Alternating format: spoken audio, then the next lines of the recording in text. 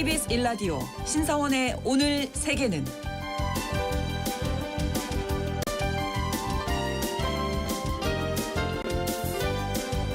안녕하십니까. 아나운서 신성원입니다.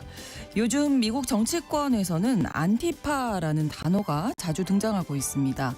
안티파시스트의 줄임말인 안티파의 뿌리는 1920년대 유럽으로 거슬러 올라가는데요. 당시 무솔리니의 파시즘, 히틀러의 나치즘에 맞서 싸운 반파시즘 운동에서 시작된 이 흐름은 이후 여러 나라에서 극우주의에 저항하는 시민운동으로 확산됐습니다. 2000년대 들어서 미국에서도 안티파 운동이 등장했지만 시민운동인지 폭력을 동반한 위험 세력인지에 대한 정체성 논란 지금까지 이어지고 있는데요. 최근에는 트럼프 행정부가 안티파를 국내 테러 단체로 지정하는 행정명령에 서명하면서 급진 좌파와의 전쟁을 선언했습니다. 트럼프 행정부가 공공의 적으로 지목한 안티파 논란, 잠시 후 글로벌 이슈에서 자세히 살펴보겠습니다.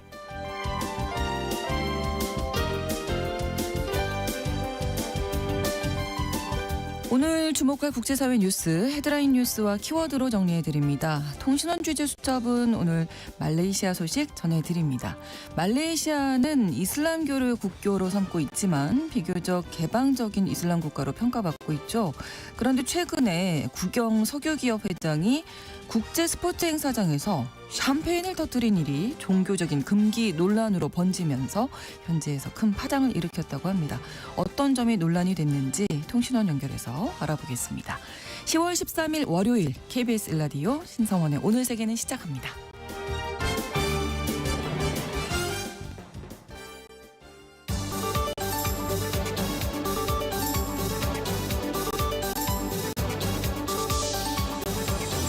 오늘 세계는 헤드라인 뉴스.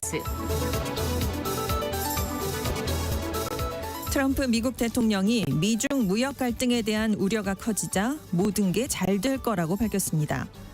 중국이 최근 희토류 수출 통제를 강화하자 트럼프 대통령이 다음 달부터 중국에 100%의 추가 관세를 부과하겠다고 밝힌 지 이틀 만에 나온 유화책인데요. 트럼프 대통령은 자신과 시진핑 주석 모두 나라가 불황을 겪는 걸 원치 않는다고 말했는데 일단 대화를 통해 풀어보겠다는 뜻으로 해석됩니다.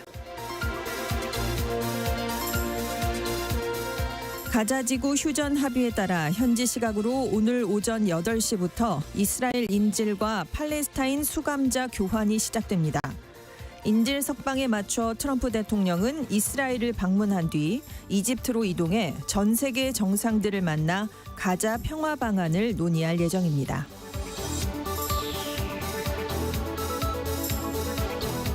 미국 연방 항소법원도 1심 법원에 이어 일리노이주 시카고에 주 방위군을 투입하려는 트럼프 대통령의 계획에 제동을 걸었습니다.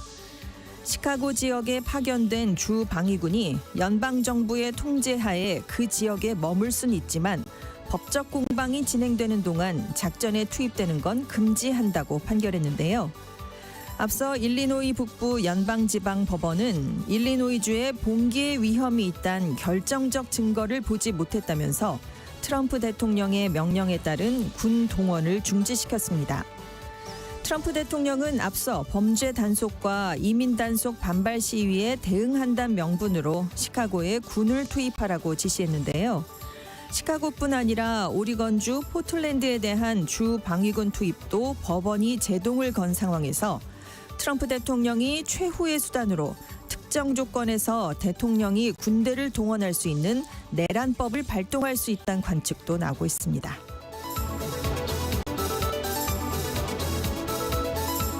유럽연합 집행위원회가 12일부터 유럽연합 국적이 아닌 단기 방문자를 대상으로 한 새로운 출입국 시스템을 단계적으로 시행하고 있습니다. 이에 따라 유럽연합 회원국을 여행할 때 유럽연합 국적자가 아닌 사람들은 지문과 얼굴 사진을 등록해야 하는데요. 다만 유럽연합 시민의 가족이거나 해당 국가의 장기 체류 비자나 거주증을 가진 사람은 등록이 면제됩니다.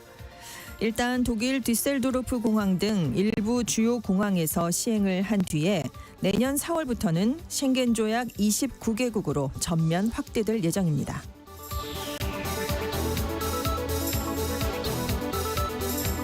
멕시코에서 최근 며칠간 내린 폭우로 곳곳에서 산사태와 주택 침수 등이 발생해 최소 44명이 숨졌습니다. 셰인바움 멕시코 대통령은 폭우 대응을 위해 여러 연방 당국과 협력을 하고 있다면서 국가 비상위원회가 가동 중이라고 말했는데요.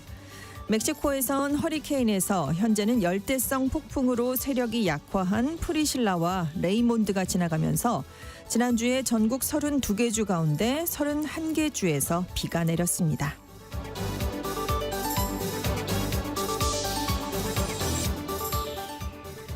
오늘의 헤드라인 뉴스였습니다. 외신캐스터 전주현 씨가 전해주셨고요. 이번에는 키워드로 정리한 국제사회 소식을 살펴보겠습니다.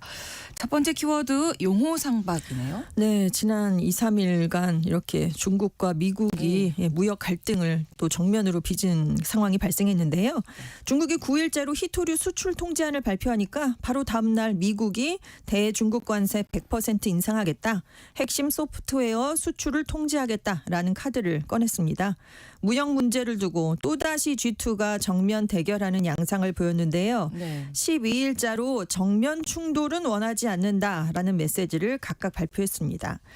일단 중국 상무부 대변인이 12일자로 우리는 싸움을 바라지 않지만 그렇다고 두려워하지도 않는다. 미국이 고집대로 한다면 중국 또한 단호한 상응 조치를 취하겠다라고 발표했는데요. 네. 쉽게 물러서지 않는다라고는 했지만 싸움을 바라지 않는다. 이걸 먼저 얘기를 하지 않았습니까? 네. 그래서 대화의 여지는 열어뒀다. 이런 평가가 나왔고요. 똑같은 날 트럼프 미국 대통령도 시진핑 주석은 자기 나라가 불황을 겪는 걸 원하지 않고 나도 마찬가지다. 미국은 중국을 도우려는 것이지 해치려는 게 아니다라고 한 발 물러섰습니다. 그래서 기자들이 여전히 11월 1일부터 중국에 100% 추가 관세를 부과할 건가라고 물어봤더니 지금은 그런데 어떻게 될지 보자 이렇게 또 얘기를 했어요. 11월 1일은 나에게 아주 먼 미래와 같다라고 해서 그동안 협상이 이뤄질 가능성을 좀 나타냈습니다. 네. 양국의 갈등이 분출되니까 10일째로 당장 미국 증시가 급락했거든요. 그렇죠. 네. 그래서 양국 간 관세 무역 전쟁 휴전이 깨지고 전쟁이 재발하면 자국과 국제 경제에 악영향을 미칠 거란 점을 양국이 모두 인식한 게 아니냐 이런 평가가 나왔고요. 미국이 물러선 건 중국이 희토류를 통제해버리면 자동차 산업이 큰 피해를 입을 수 있기 때문입니다. 네. 그리고 트럼프 대통령 11월 말에 추수감사절이 있고요. 12월에 크리스마스 연휴가 이어지는데 대표적인 소비 시즌입니다. 그렇죠. 근데 중국하고 다시 초고율 관세로 맞서면 소비자들의 피해가 커지거든요. 이렇게 되면 관세 정책에 대한 지지는 물론이고 국정 전반에 대한 트럼프 지지율이 하락할 수가 있습니다. 그러니까 네. 트럼프 대통령은 위기를 맞게 되는 셈이죠. 그러니까 물러섰다라는 얘기가 있고 중국도 이 대미 관세가 100% 수준으로 올라가면 교역이 사실상 끊기는 겁니다. 그리고 첨단 기술과 관련해서 미국이 대중국 수출을 통제해버리면 경제에 상당한 타격이 된다는 걸 우려한 것으로 보입니다. 안 그래도 지금 경제적으로 많이 힘들거든요. 그렇죠. 근데 미국과 갈등이 장기화되면 추가 악화를 더 떠안아야 되는데 이러기가 힘든 상황이기 때문입니다. 네. 그래서 관심은 이제 경주에서 열리는 아시아 태평양 경제협력체 정상회의에서 중요해졌네요. 미중 정상회담인데요. 일단 미중 관세 전쟁 휴전안이 연장될 것인가 일단 여기에 가장 먼저 관심이 쏠리고 있습니다. 네.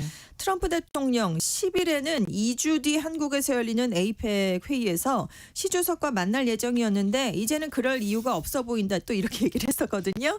이틀 만에 또 뒤집었습니다. 에이펙을 계기로 한국을 찾을 건데 아마도 미중 정상 간 회담을 할 수도 있을 것 같다라고 좀 물러섰습니다. 네. 자, 이제 시간이 얼마 남지 않았죠. 에이펙까지. 그래서 그렇죠. 양국이 물밑에서 아주 소통을 좀 고위급에서 할 것 같습니다.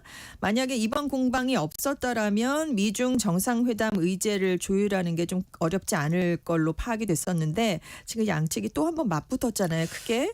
그래서 체면 손상을 서로 최소화해야 되는 과제를 안았습니다. 네. 그리고 공격적 조치를 내놨는데 이걸 어떻게 유예를 할 것인가. 이걸 체면을 상하지 않으면서 또 이걸 해야 되거든요. 그러니까 그러네요. 굉장히 섬세한 외교가 필요해졌다라는 평가가 나오고 있습니다. 네, 어쨌든 뭐 최종적으로 원하는 건 협상일 그렇죠. 텐데요. 네네. 둘 다 피해가 가기 때문에. 그렇습니다. 자, 섬세한 외교 네. 기대를 해보겠습니다.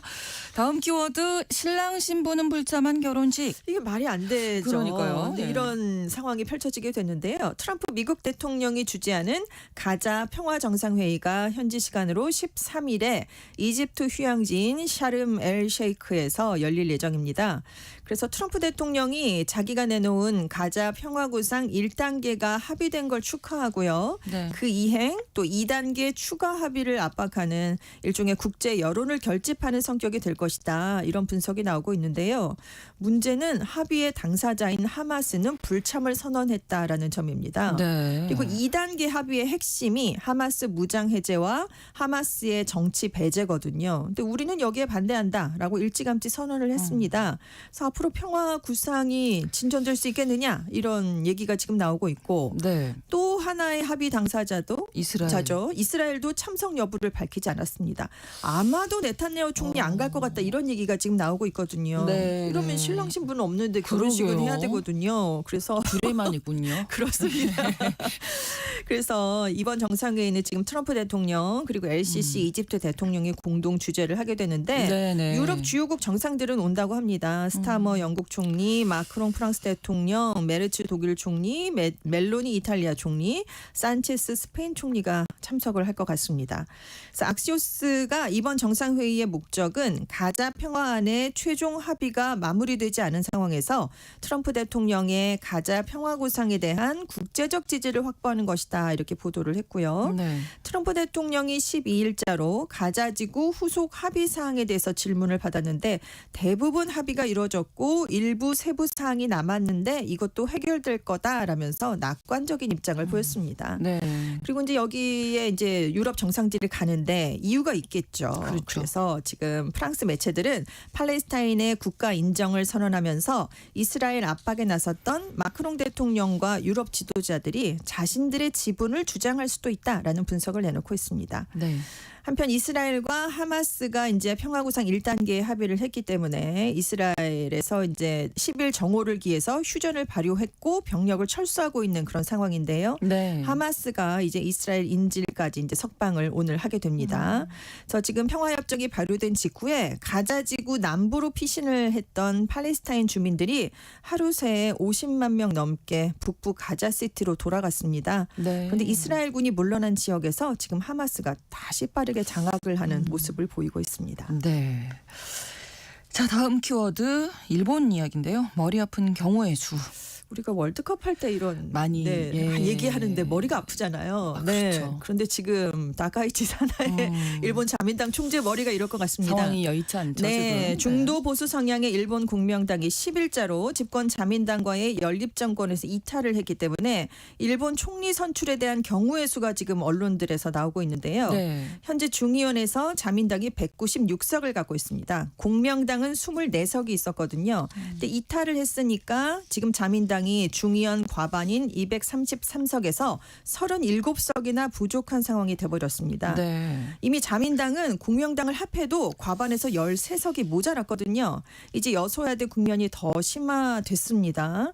그래서 당초에 자민당이 21일쯤에 임시국회를 열어서 다카이치 사나이 총재를 총리로 지명할 계획이었습니다. 네. 근데 이제 공명당이 없어졌으니까 연정 파트너가 필요해졌거든요. 그렇죠. 그래서 제2야당인 일본 유신회랑 접촉을 해보겠다라는 모습을 보이고 있는데 예. 현재 자민당 지도부와 일본 유신회 간의 접점이 거의 없다고 합니다. 그래서 여기서 그러면- 지금 조금 문제가 발생을 하고 있는데 네네. 그래서 세 가지 시나리오가 나오고 있어요. 경우의 수가 3개입니다. 네네. 일단 자민당 단독 소수 여당 체제로 다카이치 총재가 총리가 되는 시나리오입니다. 아, 이것도 가능하군요. 네, 그렇습니다. 네. 왜냐하면 총리 지명 선거를 중의원, 참의원에서 각각 실시하는데 네. 결국 최종 결정권은 중의원에 있거든요. 중의원에서. 1차 투표에서 과반 득표자가 나오면 당선이 그대로 확정이 되고 예. 없으면 상위 2명 결선 투표에서 다 득표자가 총리가 되는데 자민당이 일단 가장 많은 의석을 갖고 있으니까 유리하다라는 그런 시나리오입니다. 네. 근데 중의원에서는 자민당, 공명당 말고 입헌민주당, 일본 유신회, 국민민주당, 기타 뭐 이렇게 구성이 돼 있거든요. 예. 근데 지금 일단 공명당은 결선 투표가 진행이 되면 우리는 기권을 하거나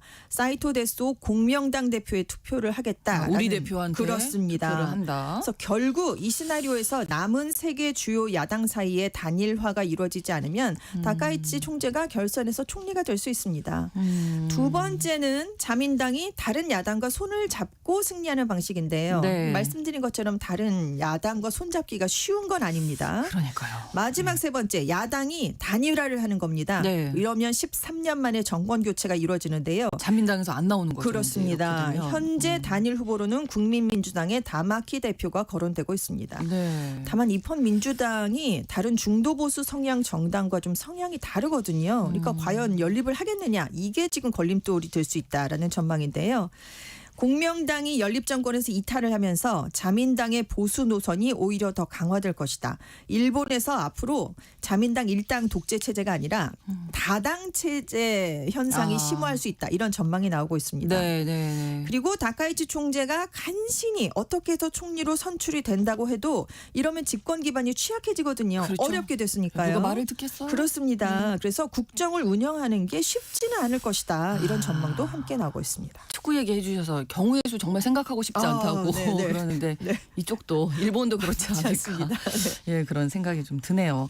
다음 키워드 회전문돈 총리. 돌아서 이 총리가 다시 왔습니다. 왔어요? 갔다가요. 네. 마크롱 프랑스 대통령이 6일자로 사임했던 자신의 최측근 르 코르니 총리를 나흘 만인 10일에 총리에 다시 임명을 했습니다. 네. 이 마크롱 대통령이 바이르 전 총리가 긴축 재정을 추진하다가 야권의 불신임안 때문에 사임을 하니까 지난달 9일에 르 코르니 총리를 총리로 임명을 했거든요. 네. 근데 이 르 코르니 총리도 야권과 내각 구성과 긴축 예산안 통과를 두고 협상을 벌이다가 한계에 부딪히니까 6일에 사임 의사를 밝혔는데 이게 네. 임명된 지 27일 만이었습니다. 그래서 일단 사표가 수리가 됐었어요. 네. 그래서 마크롱 대통령이 후임자를 물색했는데 이게 또 잘 안 마땅치가 됐습니다. 않았군요. 네, 결국 며칠간 고민 끝에 다시 르 코르니 총리를 기용하기로 결정을 했는데요. 오른팔입니다. 르 코르니 총리는요. 아, 네네. 오른팔을 왜 다시 이렇게 무리수를 두면서까지 앉혔을까? 네. 지지율 하락 위기를 정면 돌파하겠다는 정치적 승부수가 아니냐 이렇게 분석이 되는데요. 지금 마크롱 대통령이 연금 개혁안을 추진하고 있는데 여소야대 국회여서 야당의 강한 반대로 통과가 되지 못하고 있습니다. 근데 최근 르 피가로가 여론조사를 해봤더니요. 프랑스 국민의 70%가 마크롱 대통령의 대통령직 사임에 또 찬성을 한다라고 응답을 했어요. 그러니까 한번 정면 돌파로 이걸 뚫고 나가보겠다라는 뜻도 있고 네. 지금 마크롱 대통령 주변에 믿을 만한 측근은 르 코르니 한 명만 남았다. 그러니까 누구를 임명할 수가 없다는 예. 얘기죠. 한 명이니까 돌아서 와야 되는 그런 상황이 된 그렇군요. 겁니다. 네. 일단 르 코르니 총리가 12일자로 총리 2기 내각 구성을 마무리했는데 네. 일기랑 다르게 지금 범여권 인사뿐만이 아니라 시민사회 출신들도 새롭게 포함을 시켰습니다. 그래서 조금 약간 변화를 지금 꾀하긴 했습니다. 그리고 연금 개혁안에서 마크롱 대통령이 일부 양보하겠다라는 그런 뜻도 내비쳤는데 네. 그런데 그 야당이 거세게 반발해서 물러났던 인물이 돌아오면 야당이 환영을 이게 하겠습니까? 더 문제가 커질 수도 있잖아요. 이거 야당을 무시하는 거냐라는 그렇죠. 반발이 네. 당연히 나왔고요. 네. 그래서 불신임만 또 내놓겠다 이런 압박을 가하고 있는 상황입니다. 네. 일본도 그렇고 프랑스도 그렇고 총리 네. 선출 관련해서 지금 어려움을 겪고 있는데 그렇습니다. 정치적으로 계속 좀 불안한 상황인 것 같아요. 네. 다음 키워드 변하지 않으면 도태된다. 애플이 이런 위기를 느끼고 있다는 건데요. 오, 애플이요? 네, 인공지능 분야에서 사실 애플이 좀 두각을 나타내지 못하고 있는 건 사실입니다. 그렇기 때문에 14년간 애플을 이끌어온 최고 경영자 팀 쿡의 후계자에 대한 논의가 지금 내부에서 나오고 있다는 건데요. 네. 이 팀 쿡이 은퇴, 사임에 대해서 공식적으로 아직까지는 언급한 적이 없습니다. 하지만 앞으로 있을 원활한 승계를 위해서 마쿠에서 이런 얘기가 오가고 있다는 건데요. 특히 지금 팀 쿡 CEO가 2011년에 스티브 잡스의 뒤를 이어서 CEO가 됐는데 11월 1일자로 만 65세가 된다는 점도 지금 후계 얘기가 나오는데 영향을 미치고 있습니다. 스티브 잡스는 아이폰 같은 기기를 일상에 도입을 하면서 이용자가 기술과 상호작용하는 방식을 바꿨다라는 평가를 받았는데요. 이 팀 쿡은 애플의 경험을 확장했다라는 평가를 받은 CEO입니다.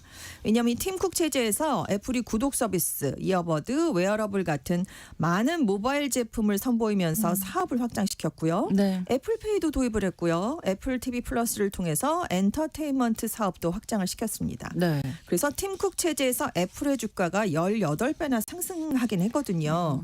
하지만 초창기와 같은 아이폰의 혁신이 보이지 않는다라는 혹평을 받고 있고요. 네. 실리콘밸리에 있는 젊은 기업인들과의 인공지능 경쟁에서 뒤처지고 있다라는 우려가 나오고 있습니다.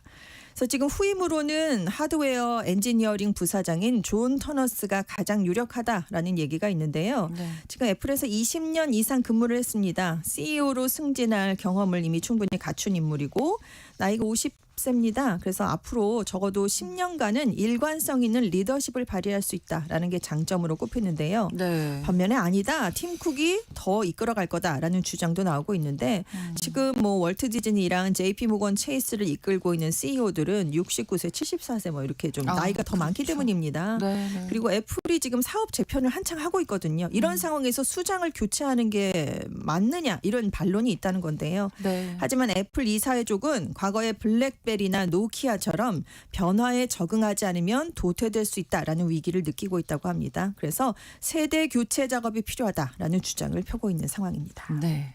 마지막 키워드 주토피아가 된 포틀랜드.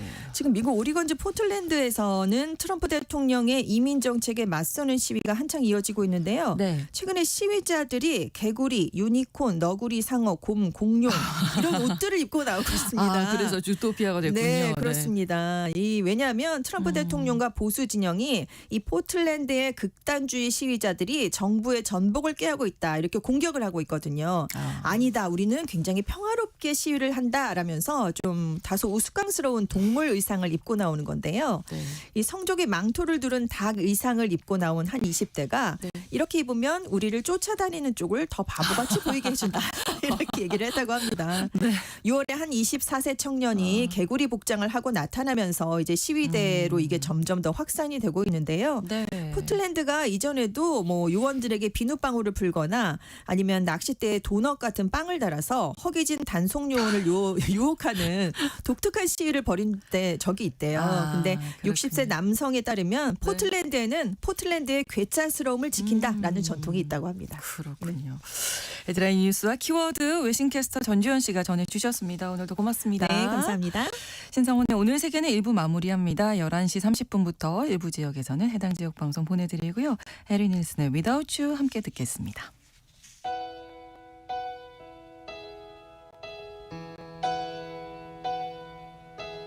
No, I can't forget this evening or your face as you were leaving. But I guess that's just the way the story goes.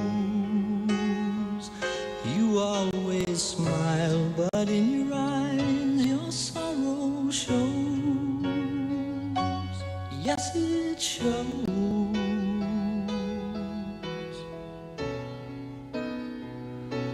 No, I can't forget tomorrow when I think of all my sorrow. When I had you there, but then I let you go. And now it's only fair that I should let you know what you should know.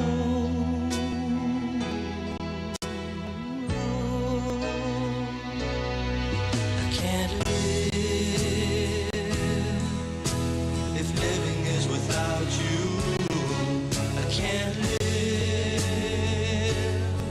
I can't give anymore. I can't live if living is without you. I can't give. I can't give anymore. Well, I can't forget this evening or your face as you were leaving. But I guess that's just the way the story goes. You always smile, but in your eyes your sorrow shows. Yes, it shows.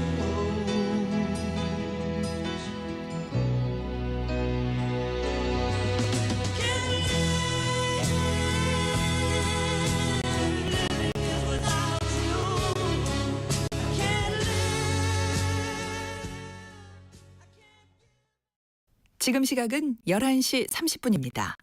KBS Ladies and gentlemen. 국제사회의 다양한 뉴스를 한눈에 KBS 1라디오 신성원의 오늘 세계는 세계를 바로 보는 최소한의 투자입니다.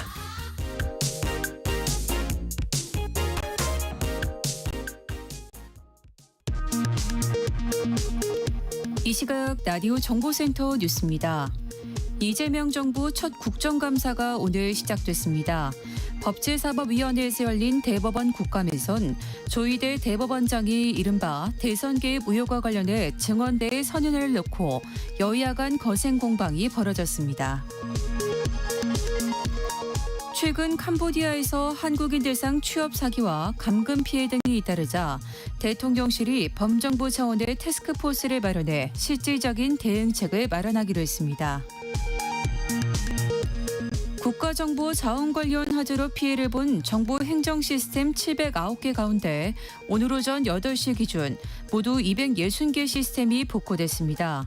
복구율은 36.7%입니다. 정부가 오름세가 계속되는 수도권 집값에 대한 추가 대책을 이번 주에 발표할 예정입니다. 김건희 특검팀에서 조사를 받은 뒤 숨진 채 발견된 경기도 양평군청 공무원에 대해 경찰이 오늘 부검과 유서 필적 감정을 진행합니다. 지금까지 라디오 정보센터 뉴스 정한다였습니다.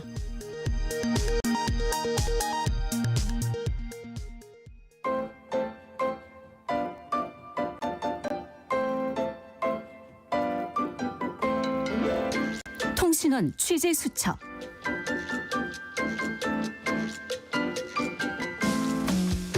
통신원 취재 수첩 오늘은 말레이시아 쿠알라룸푸르로 가보겠습니다. 노현재 통신원 연결되어 있습니다. 안녕하세요.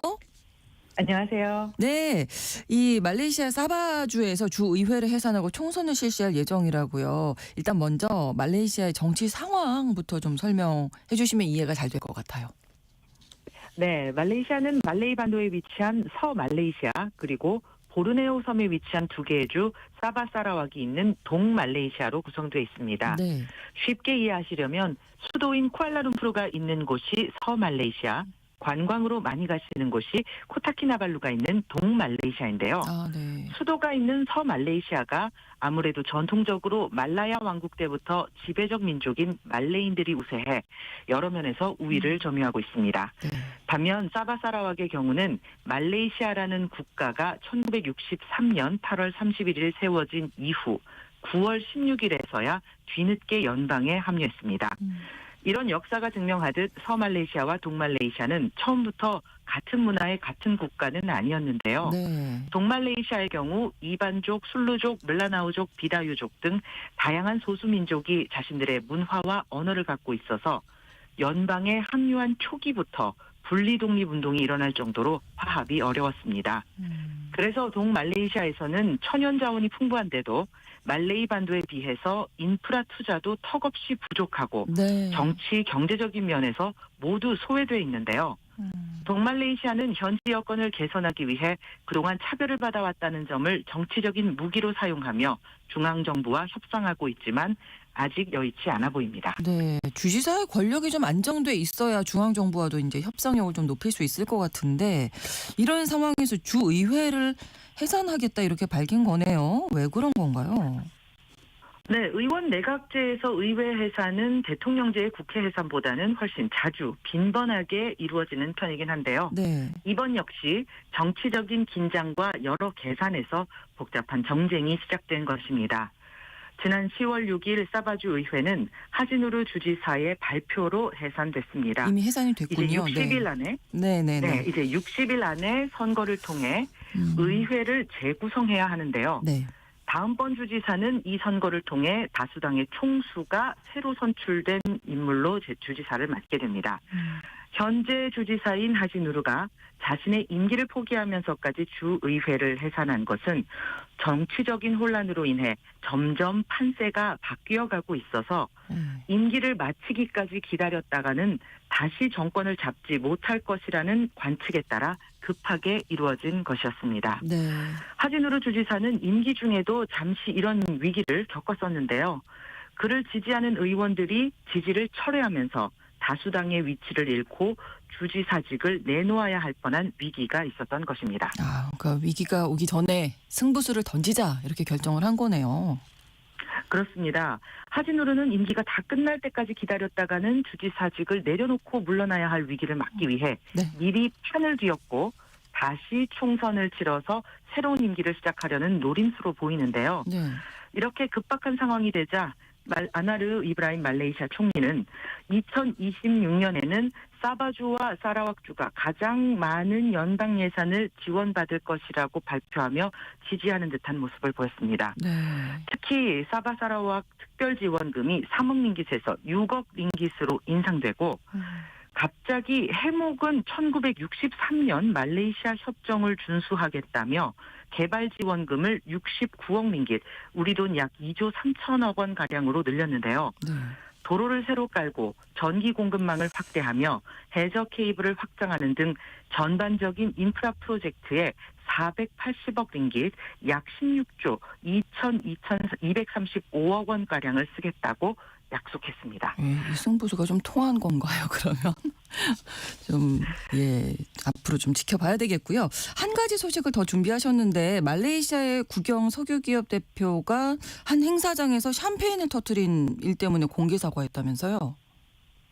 네, 굉장히 자유로운 나라인 것 같지만 역시 말레이시아는 이슬람 국가임을 다시 한번 느낄 수 있는 사건이 있었습니다.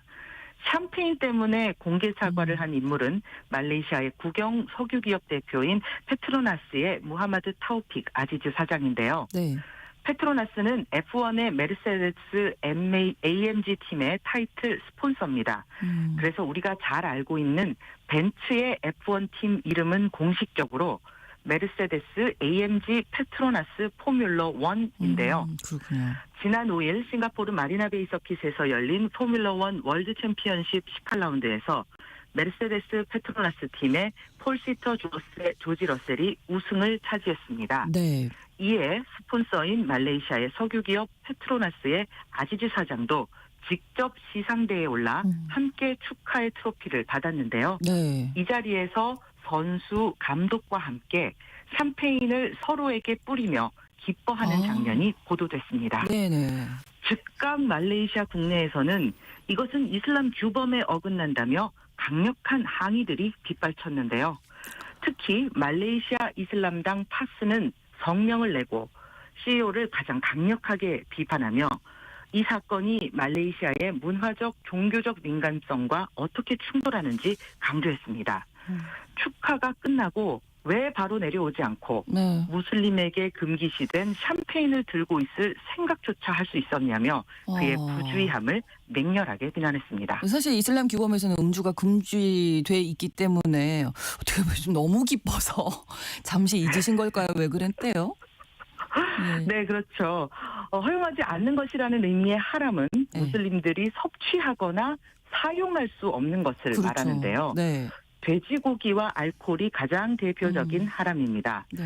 페트로나스 무하마드 사장은 자신이 절대 음주를 하지 않았지만 무슬림으로서 그런 축하 행사에 참여한 것이 종교적 민감성이 부족했음을 느낀다며 대국민 사과를 발표했는데요. 네.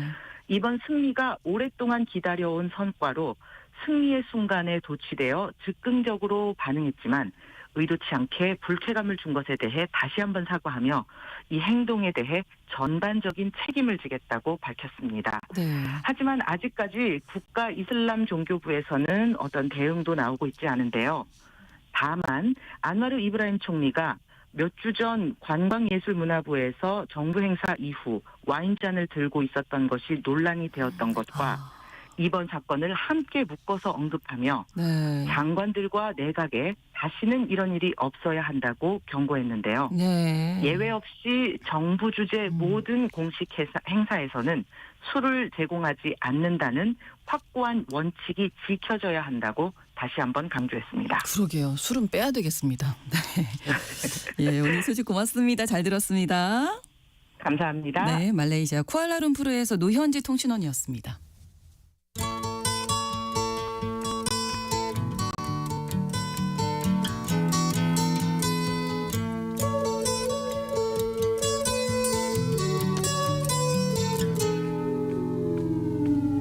Here comes the 최근 트럼프 대통령은 안티파를 국내 테러 단체로 지정하고 해체를 명령하는 행정명령에 서명했습니다. 연방수사국이죠. FBI에 국내 테러 활동 수사를 위한 국가 합동 테러 태스크포스 구성을 지시하기도 했는데요.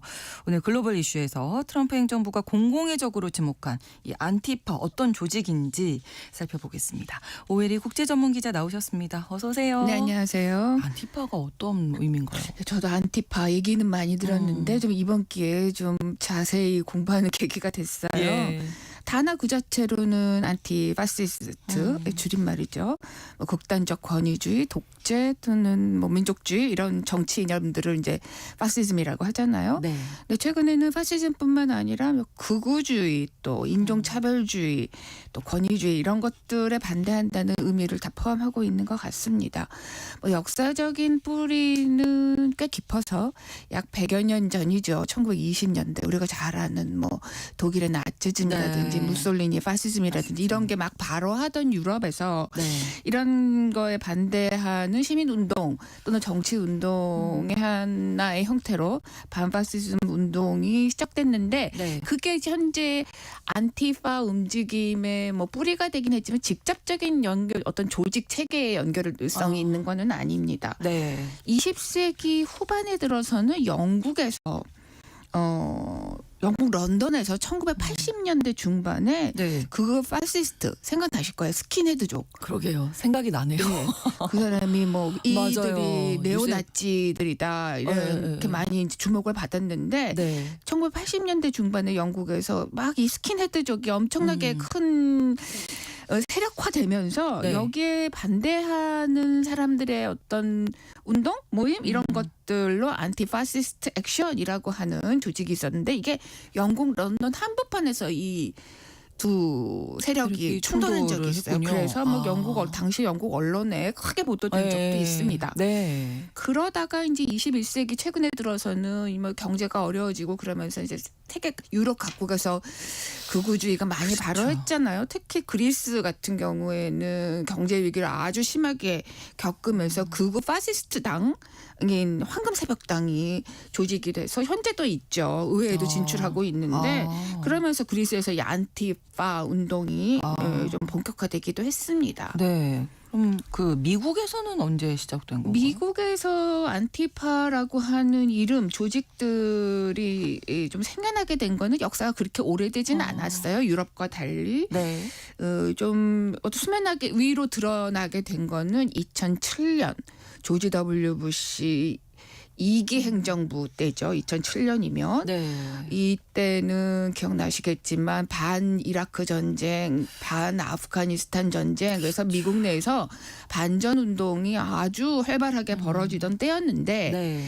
오리건주 포틀랜드에서 당시에 네오나치 성향의 단체의 행사가 이 포틀랜드에서 열렸는데 이에 맞서서 네. 로즈시티 안티파라고 하는 조직이 생겨나면서 이때 이제 활동을 하면서 이제 약간 수면 위로 드러나게 됐습니다. 네네. 포틀랜드라고 하는 이 도시, 오리건주의 이제 대표적인 도시인데 그렇죠. 이 도시의 별명이 로즈시티라 그래요. 그래서 아. 그걸 붙여서 이제 로즈시티 안티파라고 하는 조직이 생겨났는데 네. 최근에 포틀랜드가 다시 뉴스에 곽광을 받고 있잖아요. 네. 왜냐하면 트럼프 대통령이 이 포틀랜드에서 벌어지고 있는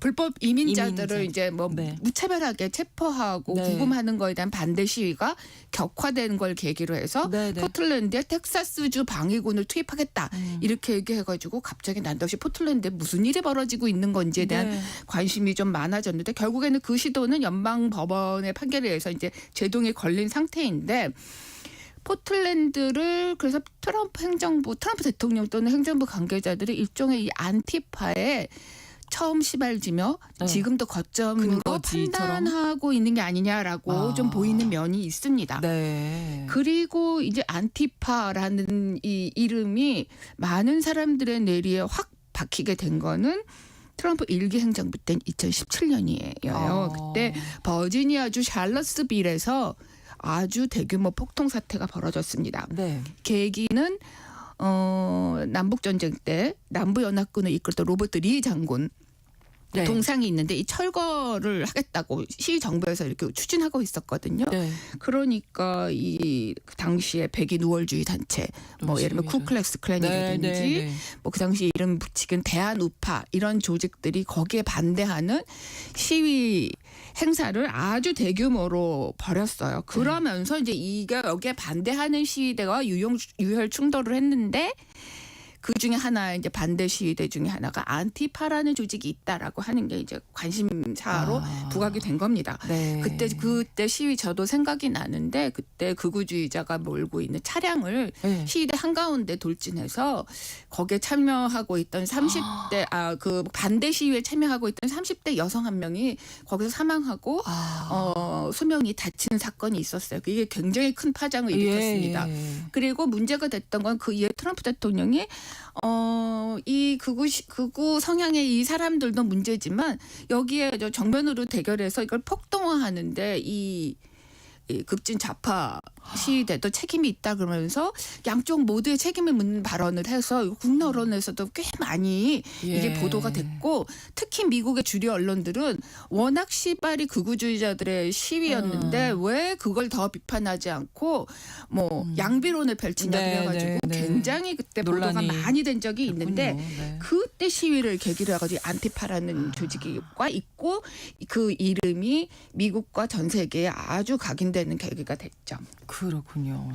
그 이전에는 뭐 어떻게 조직화됐을까요? 예, 아마 2017년 시위에 이 안티파라는 조직이 등장했다라고 하면 이제 그 전에도 전부터요. 있지 않았느냐라고 볼 수가 있는데 갑자기 나타나지 않았어요. 갑자기 나타난 건 아니겠죠. 네. 물론 이제 그 뿌리는 2007년에 로즈시티 안티파일 수도 있는데 이게 확인된 건 아니고 그 전에 어떻게 활동을 했느냐라고 하는 건 구체적으로 확인된 건 없어요.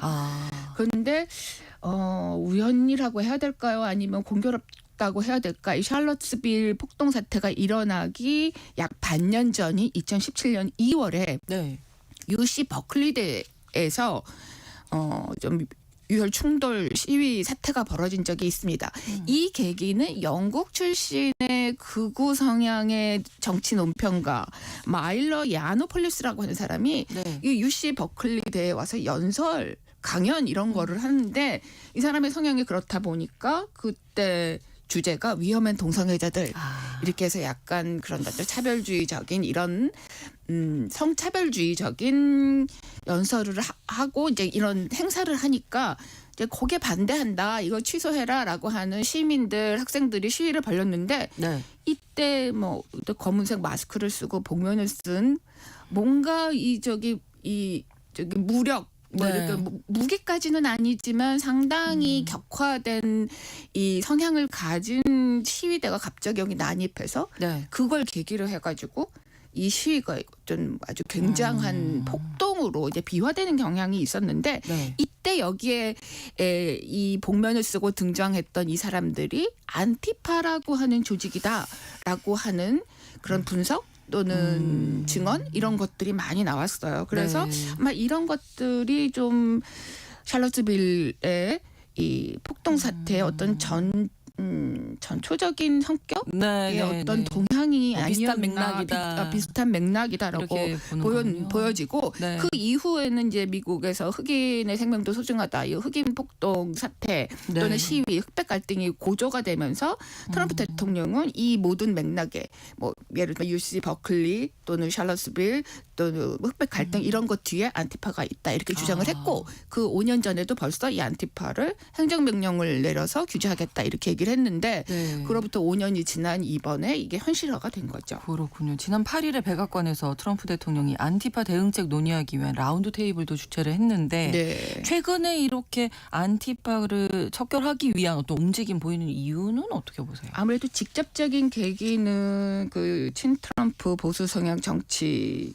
뭐 청년 활동가 찰리 커크 암살 네. 사건이 직접적이가 계기가 된 것으로 보여집니다. 네. 이 암살범이 체포가 됐죠. 용의자가 체포가 돼서 현재 수사 중인데 이 사람이 안티파와 좀 뭔가의 맥락이 있다라고 하는 지금 혐의 주장도 나오고 그런 혐의도 제기되고 있긴 한데 아직 확인된 거는 아닙니다. 네. 이 사람이 안티파와 직접적인 연관성이 있다라고 볼 수는 없어요. 네. 그리고 가장 최근에는 미국 댈러스에 있는 이민세관 단속국의 시설에서 총격 사건이 있었잖아요. 네. 그래서 3명이 사망하고 많은 사람들이 또 다친 사건들이 있었는데 이를 계기로 해서 아무래도 범 좌파 세력을 뿌리 뽑겠다라고 하는 차원에서 안티파를 그러니까 지목을 하고 구체적으로 안티파에 대해서 수사를 하겠다라고 하는 게 트럼프 대통령의 이 의도인 걸로 보여집니다. 네. 근데 백악관이 또 트럼프 대통령의 이 뭐 행정명령 그 이후에 보도 자료를 낸 거를 보면은 이전에 이 댈러스에서 있던 이민세관 단속국의 총격 사건 이전에도 여러 차례 곳곳에서 이 ICE를 대상으로 한 뭐 총격 공격이 있었는데 그 뒤에 모두 다 안티파가 있었다라는 식으로 지금 보도 자료를 냈습니다. 네. 그래서 이 안티파가 미국에서 오랫동안 뭐 지역사회를 공포에 떨게 했다 이렇게 주장을 하고 있죠. 그리고 또 트럼프 대통령은 안티파가 이런 행동으로 돈을 벌고 있고 여기에 돈을 대는 세력이 있다 이렇게 주장도 했습니다. 그래요. 이 라운드 테이블에서 나온 얘기죠. 구체적인 증거가 있는 얘기인가요? 이것도 역시 팩트로 확인된 거는 없습니다. 그런데 다만 트럼프 대통령과 지지자들은 이 안티파의 돈을 대는 여러 세력들 중에 하나 핵심이 억만장자 사회활동가 또 뭐 정치활동가라고 할 수 있죠. 진보 이념을 주장하는 이제 정치활동가라고 할 수 있는 조지 소로스의 이 공익재단 오픈 소사이어티를 지목하고 있습니다. 그래서 최근 들어서 미국 언론의 오픈 소사이어티와에 관한 그 기사들이 많이 지금 나오고 있는 이유이기도 합니다. 그렇군요. 그리고 8일에 이 라운드 테이블에서 이제 여러 논의, 안티파에 대해서 어떤 대책을 세우겠느냐라고 이제 논의를 했는데 네. 사실은 구체적인 거는 그 내용은 없어요. 그런데 여기에 보수 성향 싱크탱크 중에 하나인 정부 책임 연구소라고 하는 싱크탱크의 관계자들이 네. 참여를 했습니다. 그래서 저는 이 싱크탱크가 어떤 싱크탱크인가 찾아봤는데 잘 정보가 나오지는 않더라고요. 익숙한 단체는 아닙니다. 근데 여기 관계자들이 어떤 주장을 했냐면 자기네들이 수십 개의 미국 내 급진적 단체들이 어떻게 활동하고 이제 돈 흐름을 추적했다. 그 돈 흐름을 추적한 결과에 소로스가 설립해서 운영하고 있는 오픈 소사이어티 재단 그리고 소위 민주당을 지원하고 있는 뭐 아라벨라 펀딩 네트워크 또 타이즈 펀딩 네트워크 이런 진보 성향의 네트워크들이 뒤에 있고 또 일부는 미국이 아니라 외국의 모종의 잘 알 수 없는 정체불명의 다크머니도 들어와 있다. 이렇게 주장을 했는데 그럼 근거가 뭐냐라고 하면은 그 근거를 구체적으로 어떤 뭐 예를 들면 구체적인 돈의 뭐 액수라든지 오간 그런 것들을 같이 공개하지는 않았는데 뭐 앞으로 공개할지 아니면 이제 FBI가 수사를 한다니까 글로 정보를 넘겼는지는 아직 확인되지는 않지만 어쨌든 이런 재단들이 지금 타깃이 되고 있는 것 같아요. 그 중에 이제 제일 큰 타깃은 오픈 소사이어티 재단이라고 하겠죠. 그러니까 알고 있는 거는 뭐 동유럽 뭐 세계 각국의 어떤 인권, 민주주의 운동을 하는 단체다. 지원한다 이렇게 알고 있는데 오픈 소사이어티 재단 소로스가 설립하고 운영하고 있는 이 재단은 사실 냉전 체제 말기 때부터도 아주 유명했던 민주주의 체제를 지원하는 그런 공익 재단으로 아주 세계적인 명성을 갖고 있는 재단입니다. 그렇죠. 뭐 지금도 연간 15억 달러 우리 돈으로 약 2조 원에 달하는 그런 막대한 자금을 전 세계의 민주주의 향상을 위해서 네. 지원을 하고 있습니다.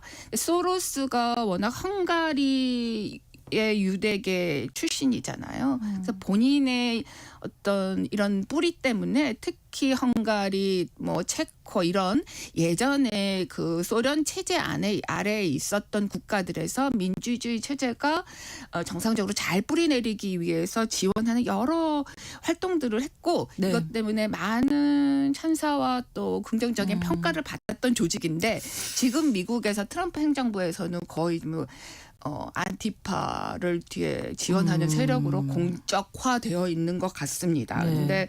근데 오픈 소사이어티 측은 뭐 이런 것들에 대해서는 뭐 터무니없다 이렇게 주장을 하고 있습니다. 근데 문제가 되고 있는 거는 자꾸 이런 오픈 소사이어티나 진보 성향의 공익재단들을 거론하고 있는 거를 보면은 앞으로 이런 공익재단들을 대상으로 해서 규제하고 수사하고 네. 이런 행정명령이 뒤따르지 않겠는가라고 하는 것들. 뭐 그러니까요. 뉴욕타임스 등 네. 최근에 미국 언론들에서 종종 보도가 나오고 있습니다. 아직은 조치가 나오지는 않았는데 네. 다음 수순이 아닐까라는 생각이 들어요. 구체적인 근거를 못 댄다고 하니까 좀 실체가 없다 이런 얘기도 있다면서요, 일각에서는. 네, 그렇습니다. 뭐 이 안티파는 뭐 우리가 알고 있는 뭐 테러 조직, 뭐 네. 알카이라든지 IS라든지 이런 조직들하고는 다르고 어떤 뭐 느슨한 구체적인 중앙 조직이 없는 느슨한 정치 운동 활동이다라고 보는 게 네. 지금 미국 뭐 전문가들이나 언론에서 나오는 공통된 지적인 것 같습니다. 네. 그런데 특징은 물론 있죠. 뭐 예전에는 시민 운동의 어떤 차원이었다면은